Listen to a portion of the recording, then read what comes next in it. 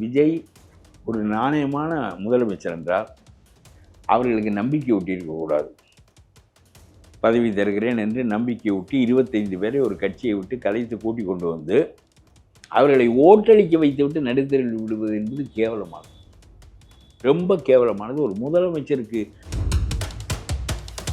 உனக்குத்தான் 107 இடங்களாக போய் போதிய பெரும்பான்மை இல்லையே தவிர அவர்கள் 2 பேரும் சேர்ந்தார்கள் என்றால் வந்துவிடும். எடப்பாடி ஆட்சி செய்வது இவர்கள் வெளியே இருந்து ஆதரிப்பது என்று பேசினார்கள் என்பது உண்மைதான். எடப்பாடி மறுத்தாலும் சரி, மறுக்காவிட்டாலும் சரி, அது வேறு விஷயம். ஆனா காலங்காலமா எதிர்கட்சியா இருந்த 2 கட்சி இன்னைக்கு ஒன்று சேர்றத மக்கள் அதெல்லாம் வருமா? மக்கள் இருக்கட்டும், நான் அதை சொல்றேன், விளக்கம் சொல்றேன். சேரவில்லையே. நான் என்ன சொல்கிறேன் என்றால், நீ நேரிய ஆட்சி நடத்த போகிறாய், நடத்துவது என்று உறுதியாக முடிவு செய்து கொள்ள வேண்டும். ஆதரிக்கிறவன் நல்லவன் ஆதரிக்கட்டும், கெட்டவன் ஆதரிக்கட்டும், எவன் ஆதரிக்கட்டும், உனக்கு என்ன நட்டம் வந்துச்சு? அதில் இறைச்சி துண்டுகளை வீசுகிற போது பாயாத நாய்களும் நரிகளும் உலகத்தில் கிடையாது. ஆகவே மந்திரி பதவிகள் வீசப்படுகின்ற போது மயங்காத கட்சிகளே கிடையாது. இன்னும் வரப்போகுது பல கட்சிகள். மதிமுகவெல்லாம் எதுக்கு இருக்குது? எல்லாம் உதயசூரியன் சின்னத்தை தூக்கி எறிந்து விட்டு பிறகு விசில் சின்னத்தில் சங்கமம் ஆவார்கள். திமுக அதிமுகவை ஆதரித்த ஆட்சியில் அமர வைப்பது தவறு என்றால், அவர்களுடைய ஆதரவை பற்றி நீ ஆட்சியில் இருக்கிறாயே, இது என்ன நியாயம் என்று நான் கேட்கிறேன். தமிழ்நாட்டு மக்கள் 2 அமைப்பும் அல்லாமல் ஒரு 3வது அமைப்பை உருவாக்க நினைத்த போது முதலிலே உருவாக்கிய அமைப்பு மதிமுக. பெரிய கூட்டம் கூடியது. 20 பேர் 28 பேர் என்றார்கள். 2 பேர் மத்திய அரசாங்க மந்திரிகளாக மாறினார்கள். எவ்வளவு இந்த ஆட்சி அந்த கட்சியை வளர்த்து கொண்டு வந்திருந்தால் அதுதான் மாற்று கட்சியாக வந்திருக்கும். இவரால் ஒரு கட்சி நடத்த முடிகிறது, ஒரு கட்சிக்கு தலைவனாக இருக்க முடிகிறது, போதும் என்று சொல்லி மக்கள் வாக்களித்து உட்கார வைத்து அவருக்கு அதிக முடிசூட்டி விட்டு அவர் திகைக்கிறார். இப்பொழுதும் முதலமைச்சராக நாற்காலியில் இருக்கிற போது எப்படி இருக்கிறார்? நான் இந்த பார்ப்பேன் படத்தில், திருவிழாவில் காணாமல் போன புள்ள திருன்னு முழிச்சுக்கிட்டு இருக்குமே, அது மாதிரி. எவ்வளவு பெரிய ஊழல் இது! அதிகாரிகள் 18 கோப்புகளை மறைத்து விட்டார்கள். நிலக்கரி வாங்கியதில் கோடிக்கணக்கான பணம் போயிருக்கிறது. நாம் தனியாரிடம் மின்சாரம் வாங்கியதில் போயிருக்கிறது. அப்புறம் நாம் பொருள்கள் வாங்கியதில் போயிருக்கிறது. குத்தகைக்கு விட்டதில் போயிருக்கிறது. எத்தனை 1000 கோடி இதை ஸ்டாலினும் பின்னால் இருந்து செய்திருப்பார் என்று நான் சொல்கிறேன். நம்ம கூட இன்னைக்கு இந்த நேர்காணல்ல தமிழ்நாடு தன்னுரிமை கழகத்தின் தலைவர் பழ கருப்பையா அவர்கள் தான் இருக்காரு. வணக்கம், எப்படி இருக்கீங்க? சொல்லு. இப்போ விஜய் அவர்கள் இந்த குதிரை பேரம் பேசுறாரு அப்படின்னு சொல்லி திமுக சார்பில் ஒரு குற்றச்சாட்டை வச்சாங்க. நீங்க என்ன நினைக்கிறீங்க அதை பத்தி? குதிரை பேரம், அப்புறம் குதிரை பேரம் தான். அதிமுகவில் இருக்கிறவனை எல்லாம் லீமா ரோஸ் அங்கே விலைக்கு வாங்கி தயாராக வைத்திருந்தார்கள். மருமகன் இந்த கட்சியிலேருந்து அந்த கட்சியை கலைப்பதற்கு ஆள் பிடிக்க சொன்னார். இதற்கு இவர்களுக்கு சும்மா தாழ் போல பயன்படுகிற ரூபாய் நோட்டு, அதுதான் மதிப்பு அவர்களுக்கு. அந்த தாழ் தான் அது மதிப்பு. ரூபாயெல்லாம் நமக்கு தான் அது மதிப்புக்குரிய வைத்து அந்த கூட்டத்தை 25 பேரை கலைத்து விட்டார்கள். இதை போய் நம்ப மறுத்து விட்டானவன். மந்திரி பதவி தருவார் என்று சொல்லுகிறீர்களே, விஜய் சொல்ல வேண்டாமா? இந்த ஆதவ அர்ச்சனாவும் லீமா ரோஸும் சொன்னால் எப்படி நம்புவது என்று கேட்டார்கள். உடனே இங்கிருந்து விஜய் போனார். போய் பீதாம்பரம் பொருத்தினார், கை குலுக்கினார். உங்களுக்குரிய இடம் அளிக்கப்படும் என்று வந்தார். மறுநாள் வாக்களிக்க வைத்தார். இது ஒரு பெரிய மோசடி இல்லையா? அடுத்த நாள் அவனை ரோட்டில் விட்டு விட்டார். நீ அவன் வேறு கட்சியில் இருந்து அவனை கூட்டி கொண்டு வருகிறாய், அவனுக்கு நம்பிக்கை ஊட்டுகிறாய், பதவி தருகிறேன் என்று சொல்லுகிறாய், அவனெல்லாம் இங்கே வருகிறான். இந்த லாட்ரி பெண் நிறைய பணத்தை வேற உன்னை நம்பி செலவழித்து விட்டார். சரி, எல்லாம் முடிந்து ஓட்டு போட வைத்தார்கள். இந்த லீமா ரோஸ் உட்பட இரட்டை இலையில் தேர்ந்தெடுக்கப்படுகிறார். கொறடா ஆளுங்கட்சிக்கு எதிராக ஓட்டு போடு என்று சொல்கிறது. ஆனால் ஆளுங்கட்சிக்கு விஜய்க்கு ஓட்டு போட்டு விட்டு வருகிறார். இவருக்கு ஜிஎஸ்டியும் தெரியவில்லை, கொறடாவுக்கு எதிராக ஓட்டு போடலாமா, போனால் பதவி போய்விடும் என்று தெரியவில்லை. அது ஒரு பக்கம் இருக்கட்டும். இது இந்த லீமா ரோஸ் பணம் கட்சிக்கு கொஞ்சம் கொடுப்பாரே என்பதற்காக இந்த கொல்லிக்கட்டையால் தலையை சொரிந்து கொண்டார் எடப்பாடி. அதனுடைய விளைவை அனுபவித்தார். அவ்வளவுதான் என்னுடைய கருத்து. சரி, இந்த விஜய் ஒரு நாணயமான முதலமைச்சர் என்றால் அவர்களுக்கு நம்பிக்கை ஊட்டியிருக்கக்கூடாது.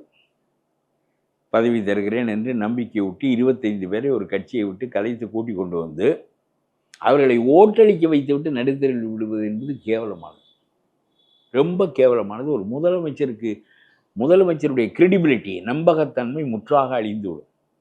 இவர் பேசுவார், அப்புறம் ஏமாற்றி விடுவார் என்று மக்கள் நம்புவார்கள். நீ நேரிய ஆட்சி கொடுப்பதற்கு எதிரான தன்மை உள்ள நேர்மையற்ற நடத்தை இது என்று நான் சொல்கிறேன். நீ திருச்சியில் போய் பேசுகிறாய் 107 இடங்களை பெற்ற நான் ஆட்சி அமைக்கக்கூடாதாம், அதிமுக ஆட்சி அமைக்குமாம், திமுக அதற்கு வலு சேர்க்குமாம், துணை புரியுமாம். இவர்கள் கூடுதல் பெரும்பான்மை பெற்ற என்னை ஆட்சி அமைக்க விடக்கூடாது என்று இவர்கள் 2 பேரும் சேர்ந்து, இவர்களிடம் 2 பேரும் சேர்ந்தால் போதிய பெரும்பான்மை இருக்கிறது. உனக்கு தான் இல்லை, உனக்குத்தான் 107 இடங்களாக போய் போதிய பெரும்பான்மை இல்லையே தவிர அவர்கள் 2 பேரும் சேர்ந்தார்கள் என்றால் வந்துவிடும். எடப்பாடி ஆட்சி செய்வது இவர்கள் வெளியே இருந்து ஆதரிப்பது என்று பேசினார்கள் என்பது உண்மைதான். எடப்பாடி மறுத்தாலும் சரி, மறுக்காவிட்டாலும் சரி, அது வேறு விஷயம். இதில் என்னுடைய கருத்து என்னவென்றால், இதை வேலுமணி மற்றவர்களெல்லாம் பெரிய குற்றமாக சொன்னார்கள். திமுகவோடு பேசிவிட்டார். என்ன திமுக நாய் ஆதரிக்கிறது, ஓனாய் ஆதரிக்கிறது, நரி ஆதரிக்கிறது, அதை பற்றி நமக்கு என்ன? நாம் ஆளுகிற ஆட்சி மாநில ஆட்சி என்று உனக்கு நம்பிக்கை இருந்தால் 47 பேரும் ஆளப்போகிறீர்கள். உங்களுக்குள் மந்திரி பதவி, உங்களுக்கு ஓட்டு போடுவதற்கு மற்ற கட்சிகளெல்லாம் வரும். அவர்களுக்கு ஆட்சியிலே பங்கில்லை. நீ நல்ல திட்டங்களை நிறைவேற்றி குண்டாறு, வைகை, காவிரி ஆறு இணை, இது எடப்பாடியினுடைய திட்டம் தானே. இணை 180 நாட்களுக்கு விவசாய கூலிகளுக்கு மகாத்மா காந்தி வேலை திட்டத்தின் கீழே வேலை கொடு. இப்படி ஒரு 4 காரியம் நீ செய்தால் இன்னொரு 25 ஆண்டுகளுக்கு ஆளலாமே. இந்த ஊழல் மனிதர்களை தள்ளி வைத்துக்கொள். இந்த லீமா ரோஸுக்கெல்லாம் மந்திரி பதவி கொடுத்து விடாதே. நீ ஆண்டால் நல்லபடியாக ஆண்டு மறுபடியும் கட்சியை உசுப்பி கொள்ளலாமே. ஆனா காலங்காலமா எதிர்கட்சியா இருந்த 2 கட்சி இன்னைக்கு ஒன்று சேர்றத அதெல்லாம் வரும்.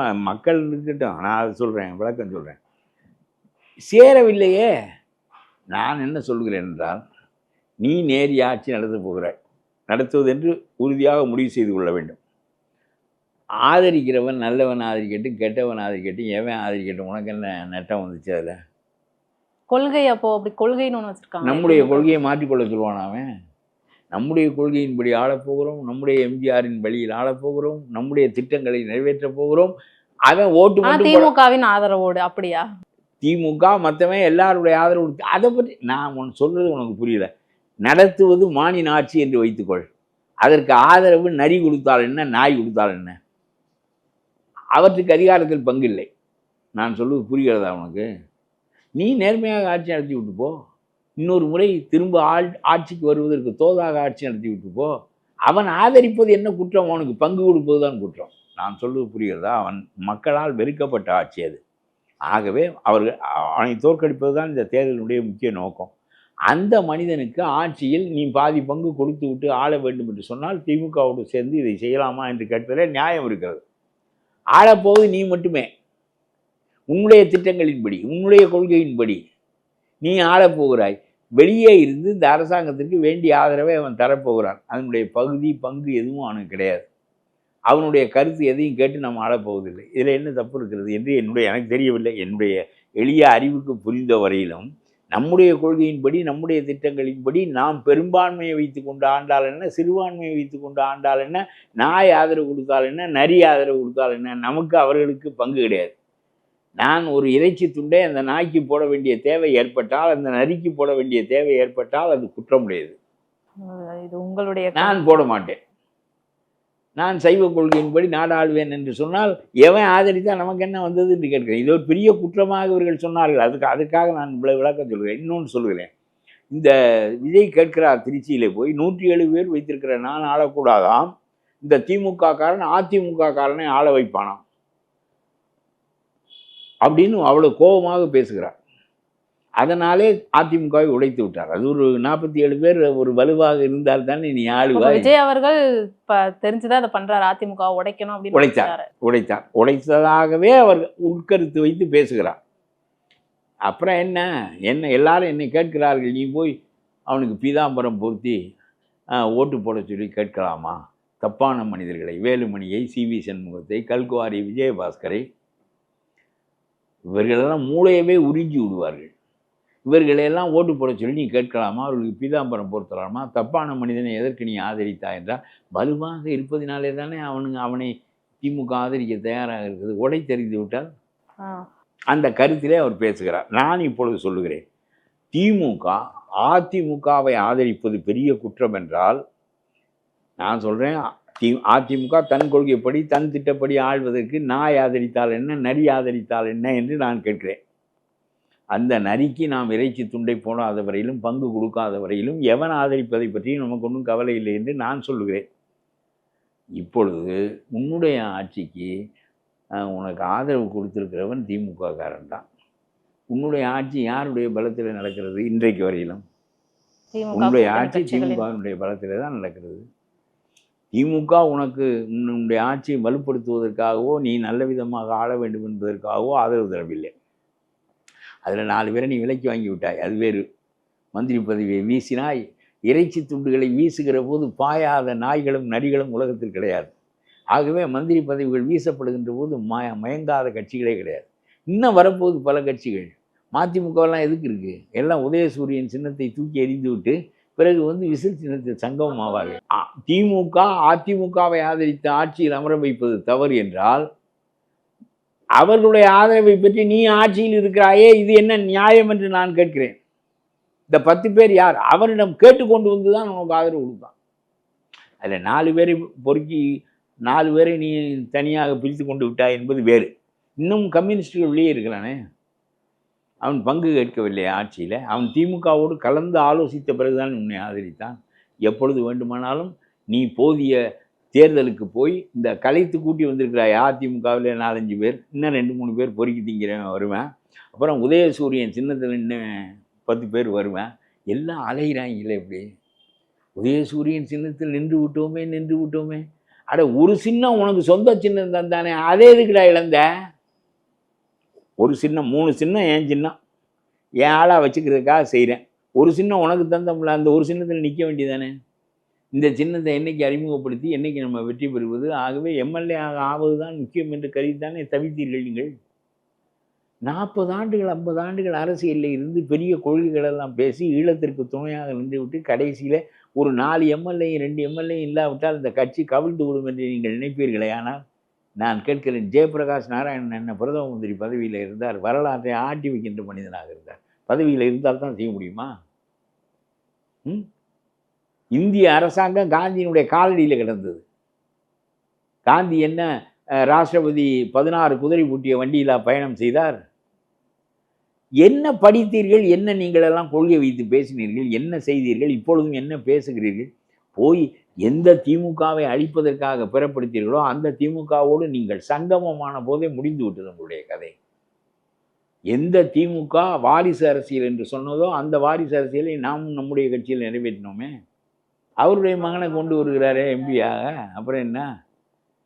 போராடட்டும், கீழே வேலை செய்து வரட்டும், பிறகு அந்த இடத்தை பிடிக்கட்டும். எத்தனையோ பேர் வெளியேறி விட்டான். இதைத்தானே கருணாநிதி செய்தார், இதைத்தானே நீங்களும் செய்கிறீர்கள். இவர்களையெல்லாம் விட ஒரு கட்டத்தில் தமிழ்நாட்டு மக்கள் 2 அமைப்பும் அல்லாமல் ஒரு 3வது அமைப்பை உருவாக்க நினைத்த போது முதலிலே உருவாக்கிய அமைப்பு மதிமுக. பெரிய கூட்டம் கூடியது. 20 பேர் 28 பேர் என்றார்கள். 2 பேர் மத்திய அரசாங்க மந்திரிகளாக மாறினார்கள். எவ்வளவு இந்த ஆட்சி அந்த கட்சியை வளர்த்து கொண்டு வந்திருந்தால் அதுதான் மாற்று கட்சியாக வந்திருக்கும். சரி, எடுத்த எடுப்பில் ஈழத்தை பொறுத்தவரையிலும் எந்த துரோகமும் இல்லை. ரொம்ப நேர்மையாக அந்த கொள்கையில் முதலிலிருந்து கடைசி வரை இன்று வரை அவர்கள் நிற்கிறார்கள் என்பதை தவிர அந்த ஈழத்திற்கு திமுக துரோகம் செய்தது என்பதனாலே தான் நீங்கள் தனி கட்சி கண்டீர்கள். அப்புறம் அந்த துரோகம் செய்த கட்சிக்கு நீயும் போய் கால் பிடித்து விட போனால் அதில் என்ன பயன் இருக்கிறது? நீங்களாக உங்களுடைய கட்சியை அழித்து கொண்டீர்களே தவிர மக்கள் உங்களை தள்ளவில்லை. மாற்று அமைப்பாக உங்களை உருவாக்க நினைத்து மக்கள் சோர்ந்து போய் மீண்டும் விஜயகாந்தை மாற்று அமைப்பாக உருவாக்க முனைந்து அதுவும் சோர்ந்து போய் பிறகு விஜய் ஆக்கிவிட்டார்கள். ஒவ்வொரு தரமும் மக்கள் முயன்று பார்த்தார்கள். அது சரியாக வரவில்லை. 15% 13% வாக்குகளோடு நின்றார்கள். விஜய் 234 தொகுதியிலும் ஆட்சிக்கு ஆட்கள் நிறுத்த முடியும் என்ற நிலை வந்த பிறகு இவரால் ஒரு கட்சி நடத்த முடிகிறது, ஒரு கட்சிக்கு தலைவனாக இருக்க முடிகிறது, போதும் என்று சொல்லி மக்கள் வாக்களித்து உட்கார வைத்து அவருக்கு அதிக முடிசூட்டி விட்டு அவர் திகைக்கிறார். இப்பொழுதும் முதலமைச்சராக நாற்காலியில் இருக்கிற போது எப்படி இருக்கிறார், நான் இந்த பார்ப்பேன் படத்தில். திருவிழாவில் காணாமல் போன புள்ள திருன்னு முழிச்சுக்கிட்டு இருக்குமே, அது மாதிரி ஏன் அப்படி சொல்றீங்க? அப்படித்தான் இருக்காரு. ஒரு ஊக்கமாக பேசுவது, ஊக்கமாக பதில் சொல்வது, பார்த்து பார்த்து படித்து கொண்டு, எதிர்க்கட்சி தலைவருக்கும் பார்க்காமல் பேச தெரியாது, முதலமைச்சருக்கும் பார்க்காமல் பேச தெரியாது. ஆக 2 தலைவர்களுமே அப்படிதான் இருக்காங்க தமிழ்நாட்டுல. ஆளுங்கட்சி தலைவரும் எதிர்க்கட்சி தலைவரும் பார்த்து பார்த்து படிக்கிறாங்க. 2 பேரும் ஒரே தரம். இளைஞர்கள் கையில் ஆட்சி வர 2 இளைஞர்களுக்கும் தெற்கும் தெரியல, வடக்கும் தெரியல. அப்புறம் எப்படி, அதாவது படிக்க வேண்டும், அனுபவப்பட வேண்டும், தியாகம் செய்ய வேண்டும், அந்த தியாகம் நம்மை உருவாக்க வேண்டும். ஒரு 10 நாளாவது சிறைக்கு போகாத ஒருவன் முதலமைச்சராக வரக்கூடாது என்று நான்லாம் நினைப்பேன். அவனுக்கு சிறை என்றால் என்ன என்று தெரிய வேண்டும், தியாகம் என்றால் என்ன என்று தெரிய வேண்டும், கொள்கை என்றால் என்ன என்று தெரிய வேண்டும். எதுவுமே தெரியாமல் வந்து விட்டார்கள். நீங்க சிறைக்கு போறதா தப்பா கூட எடுத்துக்க போறாங்க. இன்னைக்கு நிறைய அமைச்சர்கள் தான் சிறைக்கு போயிட்டு தான் வராங்க. இவங்க சிறைக்கு போகுது வேற. பாலாஜி, செந்தில் பாலாஜி சிறைக்கு போனது எப்படி, அது என்ன சுதந்திர போராட்டம், காந்தி அடுத்த ஆள் செந்தில் பாலாஜி தான் சுதந்திரம் வாங்கி தந்தார். அது போட்டோம். இல்லை, எதற்கு சொல்கிறேன் என்றால், ஒரு வாதம் வைக்கிறார் பாருங்கள் திருச்சியில் போய். திமுக ஆதரவோடு அதிமுக ஆட்சி அமைக்கலாமா, பெரிய கொள்கை முரண், contrary to the basic principles, அப்படி வைக்கிறார். நான் சொல்லுகிறேன், இது என்னது, இப்பொழுது உங்களுடைய ஆட்சிக்கு ஆதரவு கொடுத்துருக்கிறவன் யாரு? நேரடியாக திமுக கொடுக்கவில்லை, திமுக சொல்லி கம்யூனிஸ்டுகள் கொடுத்துருக்கார்கள். இன்றைக்கும் உருவி விட்டால் கீழே விழுந்து விடுவாய். அதனால தான் நீ இப்போ ஒவ்வொரு கட்சியிலையும் ஆள் பிடித்தாந்து கலைத்து தெருவிலே நிறுத்தி அவர்களை விசில் சின்னத்தில் வெற்றி பெற வைக்க முடியுமா என்று பார்க்கிறாய். ஒவ்வொரு கட்சியிலும் இந்த வேலையை நீ செய்தால் நீ பலவீனப்படுகின்றோடு உன்னுடைய கட்சியில் மறுபடியும் இதே வேலையை மற்றவர்கள் செய்வார்கள். ஒரு நல்ல பாரம்பரியத்தை, நெறி சார்ந்த அரசியலை நீ உருவாக்கவில்லை. வந்த உடனே ஆரம்பித்து விட்டாய். அதிமுகவிலிருந்து 24 பேரை கூப்பியாந்து ஓட்டு போட வைத்து அவனை ரோட்டில் நிறுத்துவது, பிறகு அவனுடைய கட்சியை சேர்ந்தவனை ராஜினாமா செய்ய வைத்து விசில் சின்னத்தில் நிறுத்தி தனக்கு பெரும்பான்மையை பெறுவதற்கு முயல்வது, அதற்குள் இந்த ஆட்சியை ஆதரவை அவர்கள் உருவி கொண்டு விட்டால் இப்பொழுதே கவிழ்ந்து விடும். மறுபடியும் 234 பேருக்கும் நீ தேர்தலை நடத்த வேண்டிய கட்டாயம் வரும். இன்னமும் உன் கையில் இந்த பலம் வரவில்லை. இவையெல்லாம் நடப்பதற்கு 6 மாதம் ஆகலாம். அதற்குள் உடைய கதி என்ன ஆகும் என்று யோசித்துக்கொள். ஆனால் நீ சொன்ன ஒன்றை நான் ரொம்ப வரவேற்கிறேன். நான் லஞ்சம் வாங்க மாட்டேன், வாங்குவையும் விடமாட்டேன் என்று சொன்னது ரொம்ப சிறப்பு. நீ வாங்க வேண்டாம், அது உன்னை சார்ந்தது. வாங்க விடமாட்டேன் என்று சொன்னால், மின்சாரத்துறையில் 18 கோப்புகள் காணாமல் போய்விட்டன முந்தா நாள்.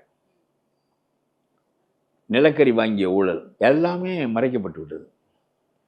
பொருள்கள் வாங்கியது, வேலை குத்தகைக்கு விட்டது, கான்ட்ராக்ட், எல்லா ஃபைல்களும் காணாமல் அடிக்கப்பட்டு விட்டன. உடனே நான் சொல்லுகிறேன், அந்த சீஃப் இன்ஜினியருக்கு பதில் சொல்ல வேண்டும் மக்களுக்கு என்று சொன்னாயா நீ? இதற்கு காரணமான 10 அதிகாரி இன்றைக்கு மேஜிஸ்ட்ரேட் கோர்ட்டில் நிற்க வேண்டாமா? அவனையெல்லாம் கைது செய்து கொண்டு வந்து நிறுத்த வேண்டாமா? அந்த கோப்புகளை கண்டுபிடிக்க வேண்டிய பொறுப்பு இவனை 10 பேரை உள்ளே நிறுத்தியவுடன் மற்றவங்களெல்லாம் அரண்டு போய் இதை கொண்டு வந்து உனக்கு காட்ட வேண்டாமா? அரசின் பார்வையில் வைக்க வேண்டாமா? ஒன்று செய்ய தெரியவில்லை உனக்கு. எவ்வளவு பெரிய ஊழல் இது! அதிகாரிகள் 18 கோப்புகளை மறைத்து விட்டார்கள். நிலக்கரி வாங்கியதில் கோடிக்கணக்கான பணம் போயிருக்கிறது. நாம் தனியாரிடம் மின்சாரம் வாங்கியதில் போயிருக்கிறது. அப்புறம் நாம் பொருள்கள் வாங்கியதில் போயிருக்கிறது. குத்தகைக்கு விட்டதில் போயிருக்கிறது. எத்தனை 1000 கோடி இதை ஸ்டாலினும் பின்னால் இருந்து செய்திருப்பார் என்று நான் சொல்கிறேன். இந்த குற்றங்கள் வெளிவந்து விடக்கூடாது என்று மூடி மறைத்து விடுங்கள், அல்லது அந்த கணக்குகளை எடுத்து விடுங்கள், கம்ப்யூட்டர்லேருந்து நீக்கி விடுங்கள் என்று சொல்லியிருந்தால், அதிகாரிகளை விடு, எவனெல்லாம் இதற்கு காரணமானவனோ அவனெல்லாம் கொண்டு வந்து நிறுத்து, ரோட்டில் நிறுத்து. நான் சொல்கிறேன், இந்த சும்மா ஒரு 32 வருஷத்துக்கு கேஸ் நடத்துறது, அவன் செத்து போயிடுவேன். எவன் மீது வழக்கு போட்டால் அவன் செத்து போயிடுவேன். இப்படியே தான் நீங்கள் ஆட்சி நடத்துறிய. கடுமையாக மக்கள் முன்னால் அவமரியாதைப்படும்படியான ஒரு நிலைமையை ஏற்படுத்த அவன் மூஞ்சியை மூடிக்கொண்டு போக வேண்டாம். ஒரு தாசி, அதாவது தன் வாழ்க்கைக்காக அவன் ரொம்ப எவங்கிட்டையோ போய் பொழப்பு நடத்துகிறான். ஒரு தாசி. அவளை போலீஸ்காரன் பிடித்து கொண்டு வரும்போது அவள் முகத்தை மூடிக்குவான். போலீஸ்காரன் பிடித்து கொண்டு வந்து மேஜிஸ்ட்ரேட் கோர்ட்டுக்கு கூட்டிக்கின்னு வருவான். நான் பார்ப்பேன் ஒவ்வொரு தரமும். சீலை எடுத்து முகத்தை முடிக்கின்றுவான், அவளுக்கு முகம் தெரியக்கூடாது என்று. அவளுக்கு கூட வெட்கம் இருக்கிறது. தவறான தொழிலை நாம் செய்கின்றோம், நம்மை மக்கள் அடையாளப்படுத்தி கொண்டால் இழிவாக இருக்கும் என்று சொல்லி வழி இல்லாமல் செய்கிறாள் என்பது வேறு. அந்த தொழிலை செய்கின்றவள் தன்னை அடையாளம் கண்டு கொண்டு விடக்கூடாது என்று முகத்தை மூடிக்கொள்கிறாள். இந்த இன்ஜினியர், சீஃப் இன்ஜினியர், இவனையெல்லாம் நிறுத்தி கொண்டு வந்திருந்தேன் நான் சொல்கிறேன். அவர் தான் நிறுத்து கோர்ட்ல. அவகாசம் கேட்டிருக்காரு. என்ன அவகாசம்? எதுக்கு அவகாசம்? தப்பு பண்ணா அவகாசம், எல்லாத்துக்கும் அவகாசம். போலீஸ் இல்லை உங்கள்கிட்ட. முதல்ல தப்புன்னு எப்படி வெளியே வந்துச்சு? தப்புன்னு எப்படி வெளியே வருது? கண்டுபிடிச்சு தானே வெளியே வருது. கண்டுபிடிச்சு வெளியே வந்திருக்கு. கோப்பு இல்லை இல்ல, பொறுப்பு எவன்? அவனெல்லாம் கொண்டு வந்து நிறுத்து முதல்ல. அவனுக்கு தெரியாம அது எப்படி போகும்? இதெல்லாம் பதில் சொல்றதெல்லாம் சரியான இது இல்லை. சும்மா ஒன்றும் எவனையும் நீ வந்து எதுவும் செய்ய முடியாது. மாற்றத்துக்கான ஆட்சின்னு சொல்லிதான் அவர் வந்திருக்காரு. மாற்றத்திற்கான அறிகுறியே தெரியவில்லையே என்று கேட்கிறேன். நீ திமுக அதிமுகவை ஆதரித்து ஆட்சி அமையலாமா என்று கேட்கிறாய். அதே திமுக உன்னை ஆதரித்து ஆட்சி அமைப்பது ரொம்ப நேரிய வழிமுறை என்று நீ கண்டுபிடித்து வைத்திருக்கிறாய். எல்லாம் முரண்பாடு. அவனையெல்லாம் அந்த கட்சியிலிருந்து மேய்த்து கொண்டு வருவது, நமக்கு ஓட்டு போட வைப்பது, பிறகு ரோட்டில் நிறுத்துவது, இதெல்லாம் அசிங்கமான நம்பகத்தன்மை இல்லாத, நோ கிரெடிபிலிட்டி என்றான். ஆக இதெல்லாம் எதற்காக சொல்லுகிறேன் என்றால், உன்னுடைய ஆட்சியின் தொடக்கமே இப்படி இருக்கிறது. லாட்ரி சீட்டு குடும்பத்திலிருந்து சிக்கி கொண்டு தவிக்கிற மருமகன் அங்கே அவர்தான் உங்கள் கட்சி கொஞ்சம் செலவு செய்தார். அதனால் உன் மேலே கிடுக்கி பிடி வைத்திருக்கிறார். கிருஷ்ணா ரெட்டி, அவன் யார்? கிருஷ்ணா ரெட்டி, கோதாவரி ரெட்டி, இவங்கெல்லாம் வந்து உனக்கு பக்கத்தில் இருக்கிறவர்களாம் யார் என்றே தெரியவில்லை. சுதந்திர போராட்டத்தில் ஈடுபட்ட தியாகிகளா, இல்லை பொருளாதார மேதைகளா, என்ன இவர்களெல்லாம் யார்? பிரதம மந்திரியை பார்க்க போகிற உன்னால் அழுத்தி எதையும் பேச முடியவில்லை. வெளியே வந்த பிறகு மும்மொழி சிபிஎஸ்சியின் மும்மொழி திட்டத்தை புகுத்தி விட்டான். அதை தமிழ்நாடு நிறைவேற்றாது. சிபிஎஸ்சி பள்ளிக்கூடங்களில் இனிமேல் புதிதாக சேர்க்கைகள் கூடாது. இதுவரையிலும் சேர்த்தவர்கள் பழைய முறைப்படி நீங்கள் பாடம் சொல்லிக் கொடுத்து கதையை முடித்து கொள்ளுங்கள். 3வது மொழி கற்பிக்கப்படுகின்ற நிலையை புதிய மாணவர்கள் பெறமாட்டார்கள். புதிய மாணவர்களின் சேர்க்கைக்கு அனுமதி கிடையாது. சொல்ல தெரியுமா உனக்கு? சொல்லுப்பார். எங்களுக்கு தேவையில்லை சிபிஎஸ்சி பள்ளிக்கூடங்கள், மூடு. தமிழ் மண்ணில் தானே இருக்க வேண்டும். பாதுகாப்பு நீ தானே கொடுக்க வேண்டும். நீ அனுமதி கொடுத்து தானே சிபிஎஸ்சி பள்ளிக்கூடம் வந்தது. 40 லட்சம் ரூபாய் திமுக காரன் வாங்கி கொண்டானே, அவனே நடத்துகிறானே சிபிஎஸ்சி பள்ளிக்கூடத்தை. இதை பேசுவதற்கு உனக்கு முதலமைச்சருக்கு தெரியவில்லையே. சிபிஎஸ்சி பள்ளிக்கூடத்தை மூடி விடுவோம். எதற்காக நீங்கள் கொண்டு வந்து இந்தியை எங்களுடைய நாட்டில் திணிக்கிறீர்கள்? மோடியிடம் பேசியிருக்கலாமே. கொள்கை ரீதியான எதிரி. எந்த கொள்கை ரீதியான எதிரி அவர்? விளக்கமாக சொல்லு பார்ப்போம். இந்தியை திணிப்பதனால் எதிரி என்று சொல்லு. இந்தியை திணிக்க விட மாட்டேன் என்று தடு. எதையாவது ஒன்று செய், எதையாவது ஒன்று செயல். வெறுமனே மோடி கொள்கை எதிரி. திமுக அடிபட்டு போச்சு, அந்த பாம்பு அடிபட்டு கிடக்கு. இதே எதுக்கு இன்னமும் போய் எதிரிங்கிற? யார்? நேற்றும் எங்களுக்கு திமுகவே எதிரி, தீய சக்தி. இன்றைக்கும் திமுக எதிரி. அது அடிபட்டு கிடக்குறா. அதிமுக தீந்து போன சக்தின்னு வேற சொல்லியிருந்தாரு. சரி, அதிமுக தீந்து போன சக்தி. இவருக்கு மாற்றே கிடையாது, மதிப்பு. இன்னும் அது அடிபட்டு கிடக்கிற பாம்பு இனிமே அதை எந்திரிச்சு தலையை தூக்க முடியாது. இப்ப இடைத்தேர்தலில் ஸ்டாலின் அவர்கள் நின்னா ஜெயிப்பாரா மாட்டாரா? அதெல்லாம் எனக்கு தெரியாது. மக்கள் மறுபடியும் இதே ஆட்சியை விரும்புவாங்களா, இல்லை இவர் மாறுவாரான்னு நம்ம பார்ப்போம். ஒரு மனிதன் ஆய்வுக்கு போடுறேன், சபரீசனை வச்சு போடுறேன். சபரீசன் தானே உங்களுக்கு உண்டியலே உண்டியலுக்கு பாதுகாப்பே அவர் தானே. அப்புறம் அவரை வச்சு ஆய்வுக்குழு ஓட்டி என்ன பண்ணுவேன்? உனக்கு என்னவும் புரியுதா? 40 அடி ரோட 30 அடி ரோட பகிரங்கமாக போட்டு சீஃப் இன்ஜினியரை வச்சு சரியான அளவு இருக்கிறது என்று சொல்லி பணம் கொடுக்க வைத்தோம். மக்கள் வெறுத்தார்கள். ஒரு கிரிமினல் கைதியான செந்தில் பாலாஜியை சிறையிலே வைத்து மந்திரியாக ஆக்கினோம். மக்கள் வெறுத்தார்கள்.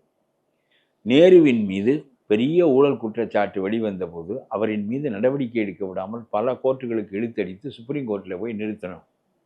மக்கள் வெறுத்தார்கள். 34,000 கோடியே 5 கலெக்டர்கள் மணலை சுரண்டுவதில் சேர்த்து விட்டார்கள் என்று வழக்கு நீதிமன்றத்தில் நடக்கிறது. 5 கலெக்டர்களும் நீதிமன்றத்தில் இருக்கிறார்கள். 34,000 கோடி சுரண்டியது 38,000. 4,000 கோடி கருவூலத்தில் வரவு. 34,000 கோடியை கலெக்டர்கள் சுரண்டினார்கள் என்றால் கலெக்டர்களை சுரண்ட அனுமதித்தது யார்? பங்கு பெற்று கொண்டது யார்? மக்கள் வெறுத்தார்கள். நீ வீட்டுக்கு வந்து விட்டாய். அதை விட்டு பூத் ஏஜென்ட் இல்லாமல் எப்படி ஜெயித்தார்கள்? ஜெயித்ததற்கு நான் பொறுப்பெடுத்துக் கொள்கிறேன். நீ தான் பொறுப்பெடுத்துக் கொள்ள வேண்டும். தொடை பங்கு உனக்கு தானே வந்துச்சு. 34,000 கோடியை கலெக்டராக எடுத்துக்கினேன், உனக்கு தானே கொடுத்தேன். அவனும் கொஞ்சம் எடுத்துக்கொண்டிருப்பான். அப்புறம் நீ தானே அதுக்கு பொறுப்பெடுக்க வேண்டும். சரி, எப்பொழுதும் ஒரு இராணுவத்திலோ மற்றவற்றிலோ நான் ஐ ஆம் responsible for all these errors என்று சொல்லுகிற ஒரு மனிதன் ஐ ரிசைன் மை ஜாப் என்று சொல்வான். அரியலூரில் ரயில் கவிழ்ந்தது. Lal Bahadur Shastri is not directly responsible for that. Was a minister at all. அவ்வளோதான். ஆனாலும் நான் நிர்வாகத்தை இறுக்கமாக சரியாக நடக்கிறதா என்று ஒழுங்குபடுத்தி இருந்தால் இந்த தப்பு நடந்திருக்காது என்று சொல்லி அவர் பதவியை விட்டு வெளியே வந்தார். ஒரு பேச்சுக்கு சொல்கிறேன். இவர்களெல்லாம் கேட்டார்கள். அரியலூர் அழகேசா அண்ணா கேட்டார். அண்ணாவுக்கு இந்த அடுக்குமொழியெல்லாம் ரொம்ப அழகாக வரும். கடைசி நேரிய மனிதர் அண்ணா தான் இந்த திராவிட இயக்கத்தில். அரியலூர் அழகேசா, நீ ஆண்டது போதாதா, மக்கள் மாண்டது போதாதா என்றார்கள். லால் பகதூர் சாஸ்திரி ராஜினாமா செய்தார். சின்ன மந்திரியாக இருந்தார். அழகேசனும் ராஜினாமா செய்யவில்லை. அதற்காக கேட்டார்கள். எதற்கு சொல்லுகிறேன் என்றால், நான் பொறுப்பு என்று சொல்வதின் மூலம் I take the responsibility, so I resign my post. I cannot be the president for this party hereafter. No, because of this great defeat. I take the responsibility. சொல்லு, வெளியே அது நான் தான் அதுக்கு பொறுப்பு, நான் தான் அதில் உட்காந்துக்குவேன்னா மறுபடியும் அதே காரியத்தை செய்வதற்காக உட்காந்துருப்பாயா நீ? மக்கள் சிந்திக்க மாட்டார்களா? சிந்திக்கிறவன் தமிழ்நாட்டில் இருக்கவே மாட்டானா? எல்லாரும் முட்டாள் கூட்டமா? இப்போ அப்படித்தானே சொல்லிட்டு இருக்காங்க தமிழ்நாட்டு மக்கள். டிவி தாவேக்காரனுக்கு இதெல்லாம் கேட்க தெரியாது, மற்றவனுக்கு கேட்க தெரியும்ல. தாவேக்காரனுக்கு கேட்க தெரியாது. அவனுக்கு பணத்தை கொடுத்து வீட்டில் போய் படுத்துக்கடா, நீ வராத அப்படின்னு ஒவ்வொருத்தனுக்கும் பணம் கொடுத்து படுக்க வச்சுட்டாங்க. அவனும் படுத்தே கிடந்தான். இவங்க கொண்டாந்து எம்எல்ஏ ஆக்கி மந்திரி ஆக்கி விட்டாங்க. நம்ம அரசியல் நிலைமையை நல்லா எடுத்து சொல்லிட்டீங்க, நிறைய விஷயங்கள் பகிர்ந்துக்கிட்டீங்க. உங்களுடைய கருத்துக்கள் சொன்னதுக்கு ரொம்ப நன்றி. சரி, ரொம்ப நல்லது.